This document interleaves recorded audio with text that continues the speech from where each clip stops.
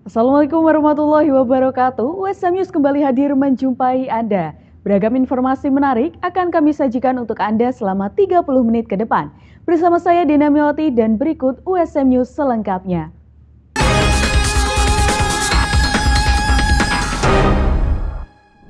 Perkembangan AI yang begitu pesat turut menutup adaptasi yang begitu cepat, tak terkecuali dunia jurnalistik. Adaptasi dengan AI menjadi poin utama dalam gelaran dialog 5 rektor beberapa waktu lalu. Pesatnya perkembangan artificial intelligence mengharuskan berbagai pihak untuk adaptif, berjalan beriringan dengan kemajuan zaman. Tak hanya itu, berbagai lini pekerjaan juga telah melibatkan AI, tak terkecuali dunia jurnalistik. Dalam dialog 5 rektor bertajuk Masa Depan Pers di Era AI yang digelar Persatuan Wartawan Indonesia Jateng, pembahasan AI terhadap dunia jurnalistik disoroti dengan tajam. Dialog rektor menjadi kick-off rangkaian acara peringatan Hari Pers Nasional tahun 2025 tingkat Jateng, dan HUT ke-79 PWI ini menghadirkan Rektor Unwahas Muzakir Ali, Rektor USM Supari, kemudian Wakil Rektor 3 Unisula M. Komarudin, Wakil Rektor Bidang Umum Keuangan dan SDM Udinus Guru Fajar Sidik, serta Wakil Rektor 3 Unimus Eni Winaryati MPD. Rektor Universitas Semarang Dr. Supari STMT menilai bahwa di tengah perkembangan AI yang kian signifikan, pers dan perguruan tinggi perlu berjalan beriringan untuk menciptakan generasi-generasi terbaik bangsa untuk mampu berkompetisi dan berwawasan. Ya, saya kira pers tetap memegang peran yang sangat penting ya. Di dunia perguruan tinggi juga membutuhkan pers. Pers juga butuh materi-materi dari perguruan tinggi. Saya kira ini ada irisannya. Dan dua pihak ini sama-sama irisannya adalah untuk menyiapkan generasi-generasi terbaik di masa yang akan datang. Oleh karena itu, dua-duanya perlu saling beriringan untuk menciptakan itu. Jadi adik-adik mahasiswa juga dididik di kelas-kelas, tetapi keluar dari kelas itu adik-adik juga dididik oleh pers sebenarnya.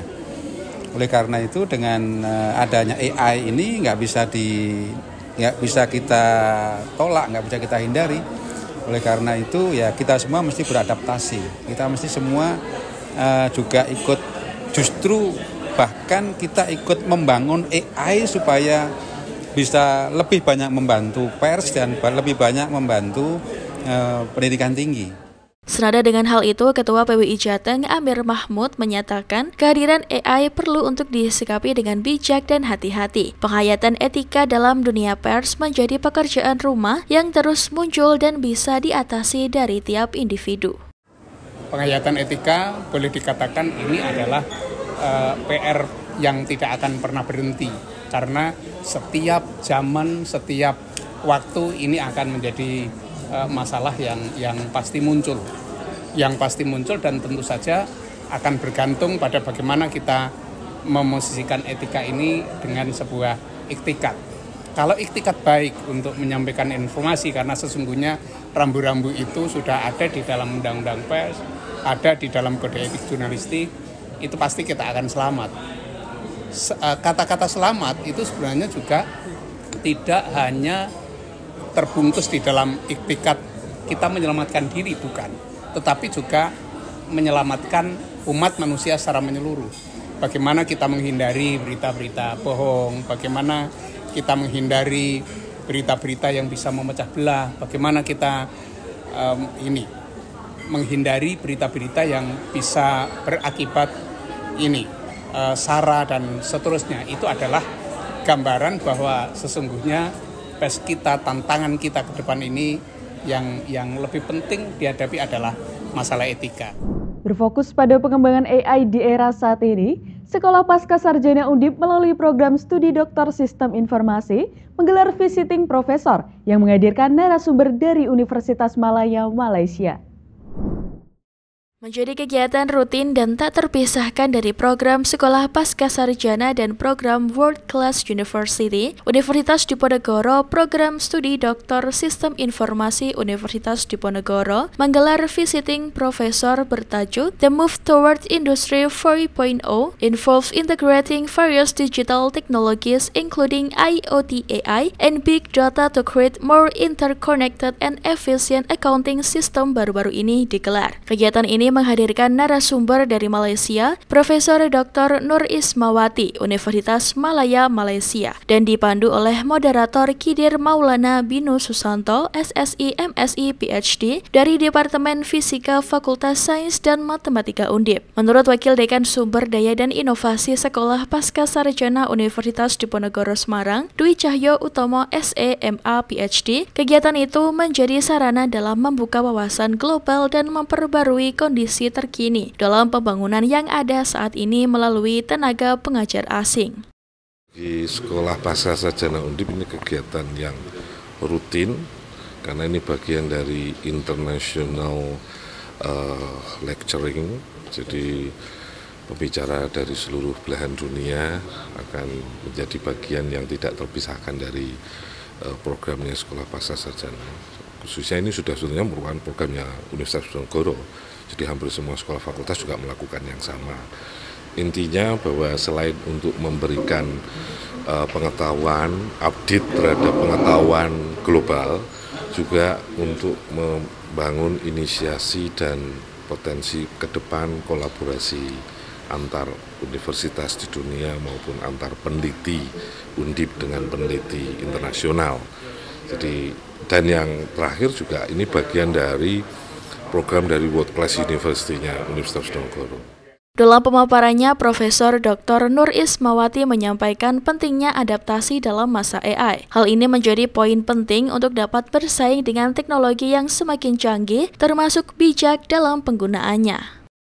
Topik pada hari ini telah menyentuh berkenaan dengan teknologi-teknologi yang diperlukan untuk industri IR 4.0.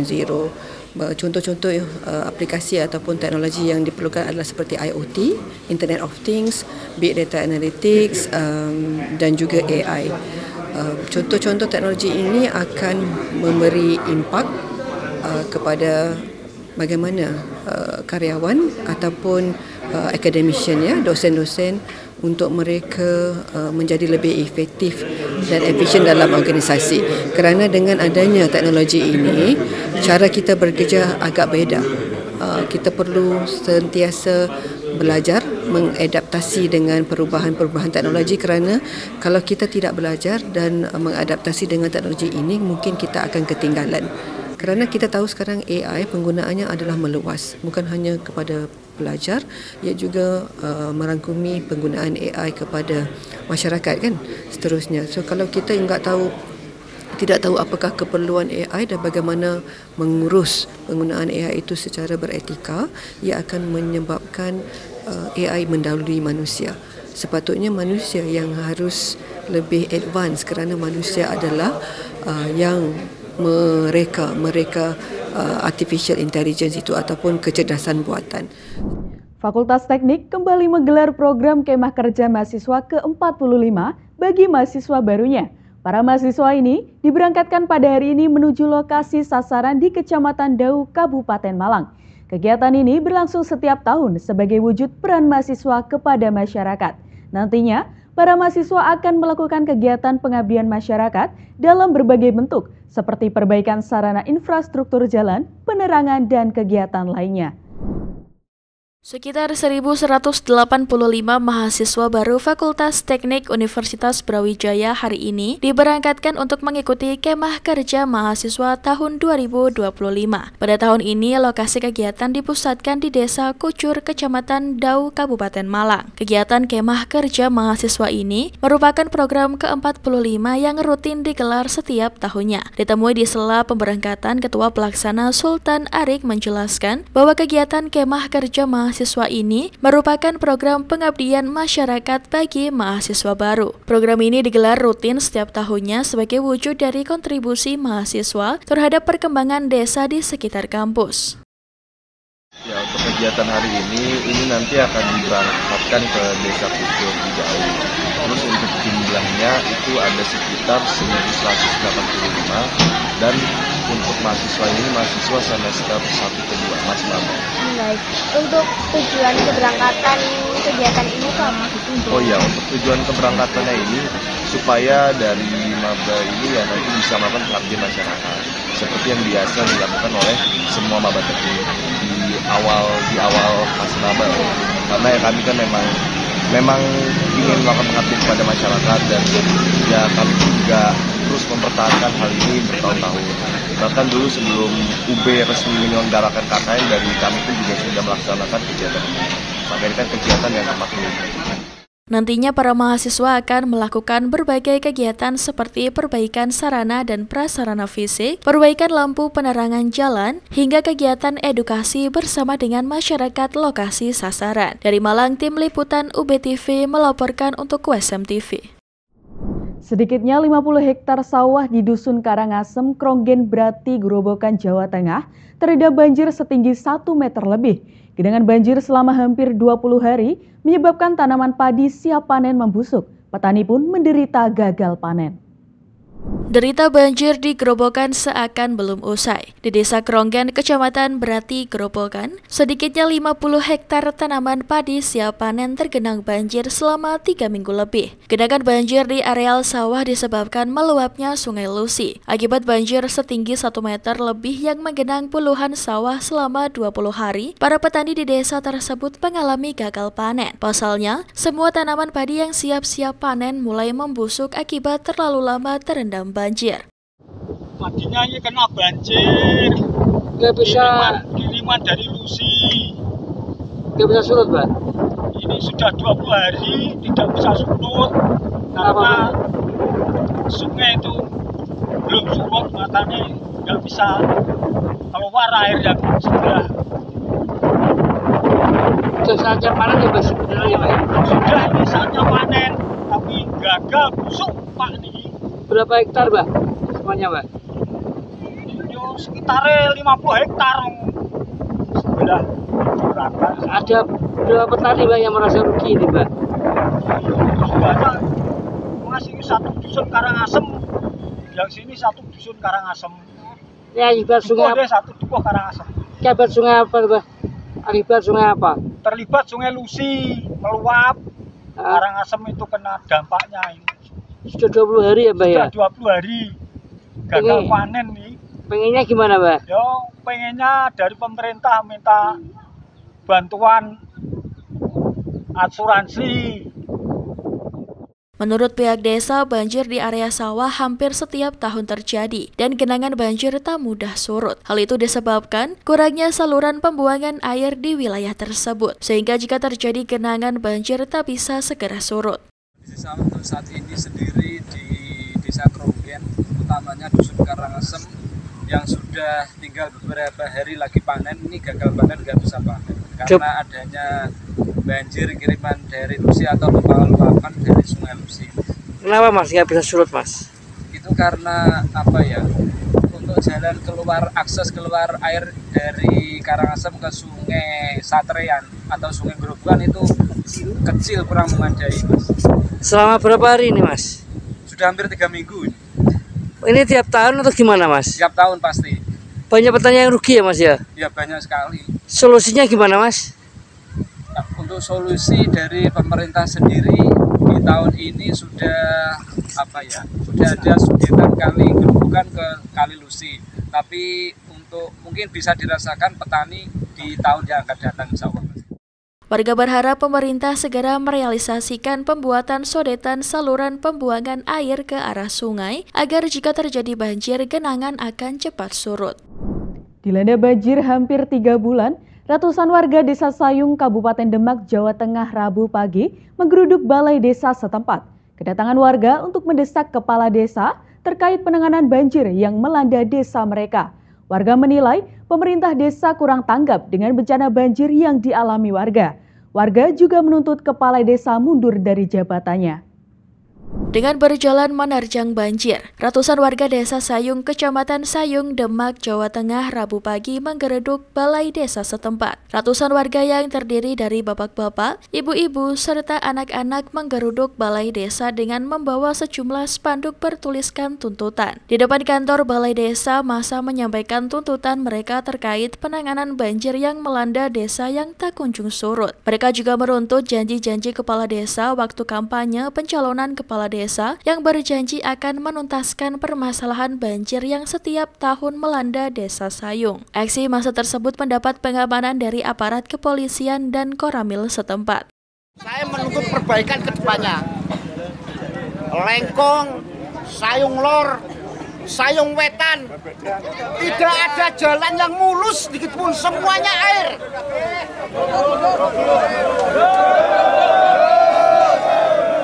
Sungai-sungai aparat, sungai-sungai sekarang tidak ada kelihatan air, tetapi hamparan bengok. Tidak ada yang mengendalikan. Saya sudah ngaturkan ke Pak Camat, tapi nyatanya mana tindak lanjutnya juga tidak ada. Tidak ada respon. Kalau ditanya malah dulu kamu saya beli malah bilang gitu. Warga harus gimana Pak? Saya harus gimana? Sebagai warga harus gimana? Apa saya diam? Apa saya harus diam? Tidak. Ini adalah pendoliman, saudara-saudaraku. Dolem. Ini dolem. Untuk itu yang ada di dalam sana, pihak yang terkait, yang jelas saya menolak. Turunkan Pak Lurah. Turunkan. Nggak bisa kerja sama sekali. Rakyatnya sengsara. Hampir setengah jam warga menggelar orasi menyampaikan tuntutan penanganan banjir, juga menyuarakan teriakan kepala desa turun. Warga menuntut dan mendesak kepala desa untuk segera melakukan penanganan banjir yang melanda desa sejak 3 bulan lalu. Menurut warga, Desa Sayung sering menjadi langganan banjir, namun belum ada penanganan hingga saat ini. Dari awal dia duduk di balai desa, itu langsung, itu yang pertama, untuk tahun yang pertama ya Pak ya. Untuk tahun yang kedua ya itu menjelang hari raya, menjelang puasa yang kemarin Pak. Menjelang puasa yang kemarin itu, dari menjelang tanggal 1 puasa sampai selesai hari raya, rumah kami tenggelam sebokong. Itu nggak pernah diasatin.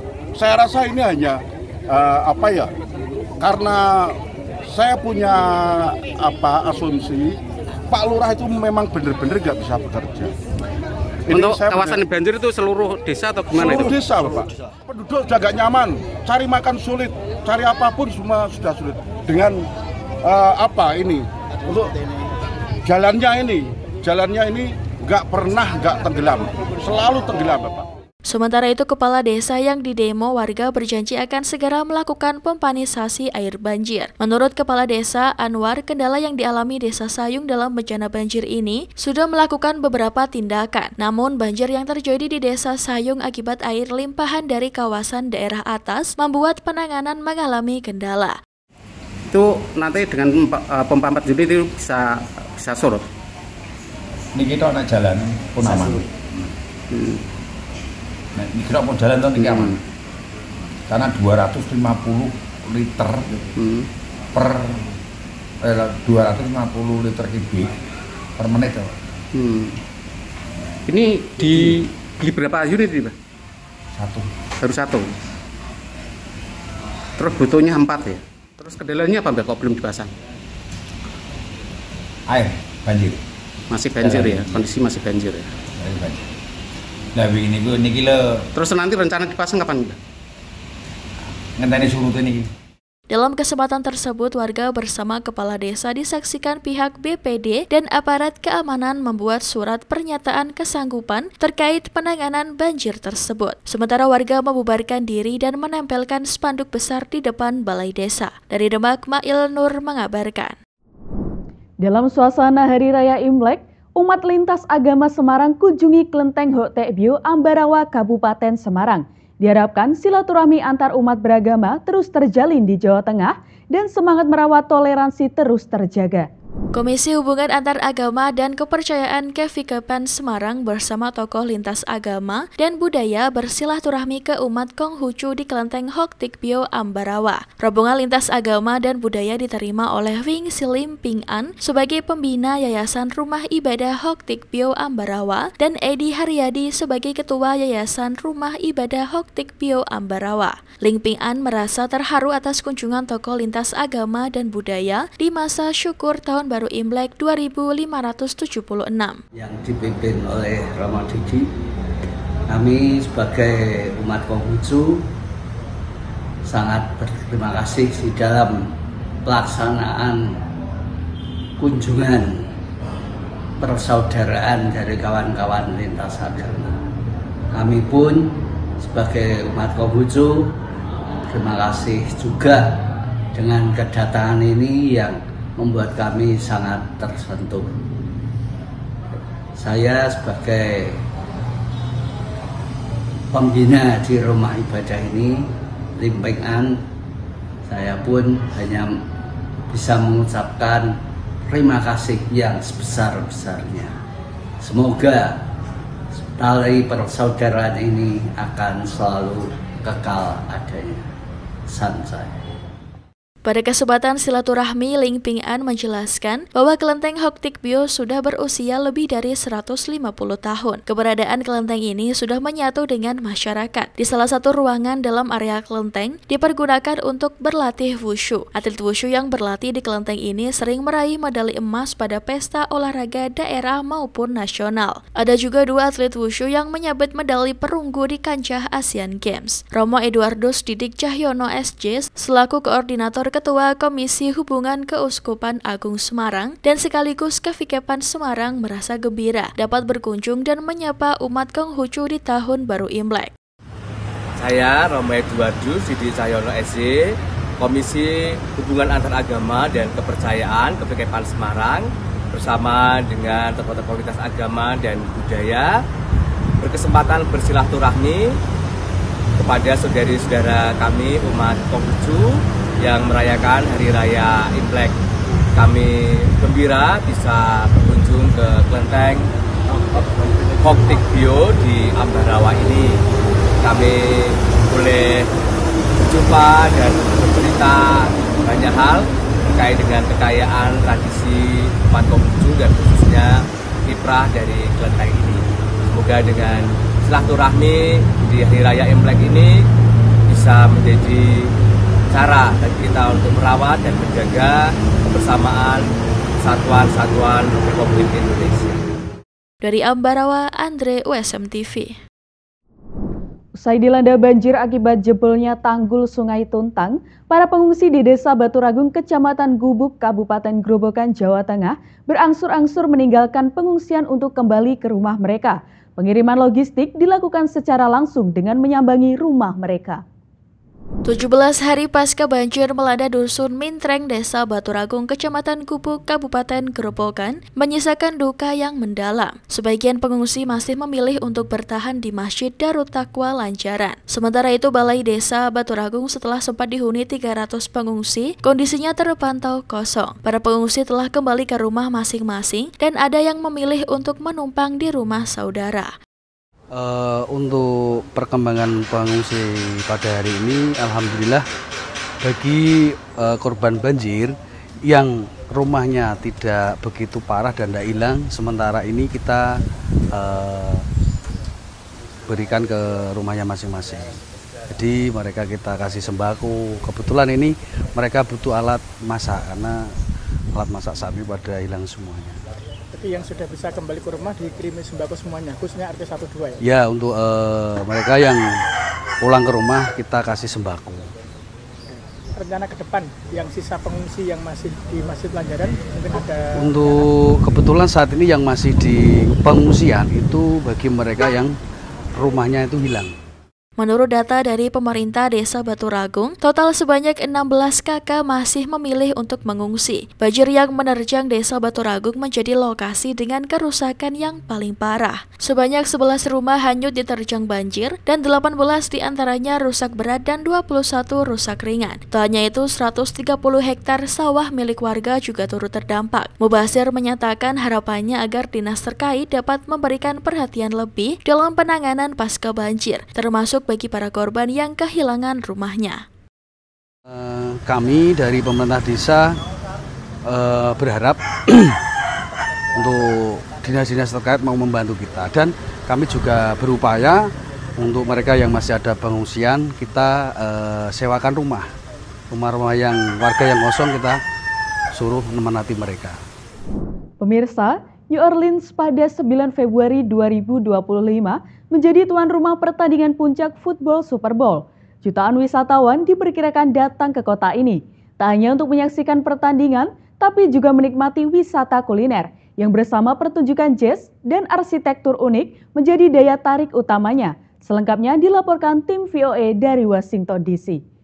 Informasi ini sekaligus menutup perjumpaan kita hari ini. Saksikan terus USM News hanya di USM TV. Saya Dena Miawati dan seluruh kru yang bertugas pamit undur diri. Terima kasih. Wassalamualaikum warahmatullahi wabarakatuh. Susan Spicer adalah chef ternama yang telah berkarir hingga ke Eropa sebelum kembali ke kampung halamannya di New Orleans, negara bagian Louisiana. Kini ia menjadi executive chef di restoran bernama Rosedale di kawasan Lakeview. In my mind, it's a casual restaurant with a fine dining mentality. I was in fine dining for 35, 40 years, and so there's some things ingrained in me. Susan sebelumnya lama mengasah keterampilan di kawasan French Quarter yang banyak didatangi turis dan menjadi pusat wisata New Orleans. Tapi menurutnya untuk menikmati kuliner New Orleans dan Louisiana, orang mestinya tak berkutat di the French Quarter saja. There's so much concentrated in the French Quarter and the CBD and the warehouse district that you can just really get absorbed by everything that's going on there. But if you just venture out a little bit, and come to Mid-City or Lakeview or Old Metairie or take the streetcar way uptown and to Carrollton Avenue, there's a lot to discover. Wisata kuliner di New Orleans mencerminkan perpaduan banyak budaya. Gumbo, sebuah hidangan berkuah yang dihidangkan di atas nasi putih, adalah salah satu simbol perpaduan ini, memadukan masakan Afrika, Prancis, Jerman, Spanyol, dan suku asli Amerika, Choctaw. We make gumbo. Lots and lots of gumbo. When it's cold outside, that's whenever customers start coming in for the gumbo. Pembuatan gumbo berawal dari sebuah roux, pengental khas Prancis yang dibuat dari lemak dan tepung. We gotta have the perfect roux to make the perfect gumbo. We scoop the roux in there, then 2 buckets of hot water, and then we boil that down and sift it, make sure it's real smooth, and then once that's done and it comes to a boil, then you add your hot sauce, your kitchen bouquet. Bagi warga Louisiana, tak mudah meniru otentisitas gumbo di wilayah lain Amerika. Because you can get it like in northern places, but it's just not the same. Like the flavor and even like the liquid like texture. We have been craving gumbo because it's New Orleans. It's a New Orleans thing, totally Louisiana. Menurut pantauan Dinas Wisata Louisiana, wisata kuliner menjadi motivasi utama orang berkunjung ke New Orleans. Dan pembelanjaan di restoran dan bar menjadi kategori pembelanjaan terbesar. Seperti banyak kota lain yang juga menjadi destinasi wisata, New Orleans harus berjuang keras untuk kembali ke angka kunjungan seperti sebelum pandemi COVID. Dan berbagai perbaikan yang dilakukan menjelang diselenggarakannya Super Bowl di kota ini, diharapkan bisa ikut menggairahkan kembali kunjungan ke kota ini. Dari Washington DC, saya Nova Purwadi dan tim VOA.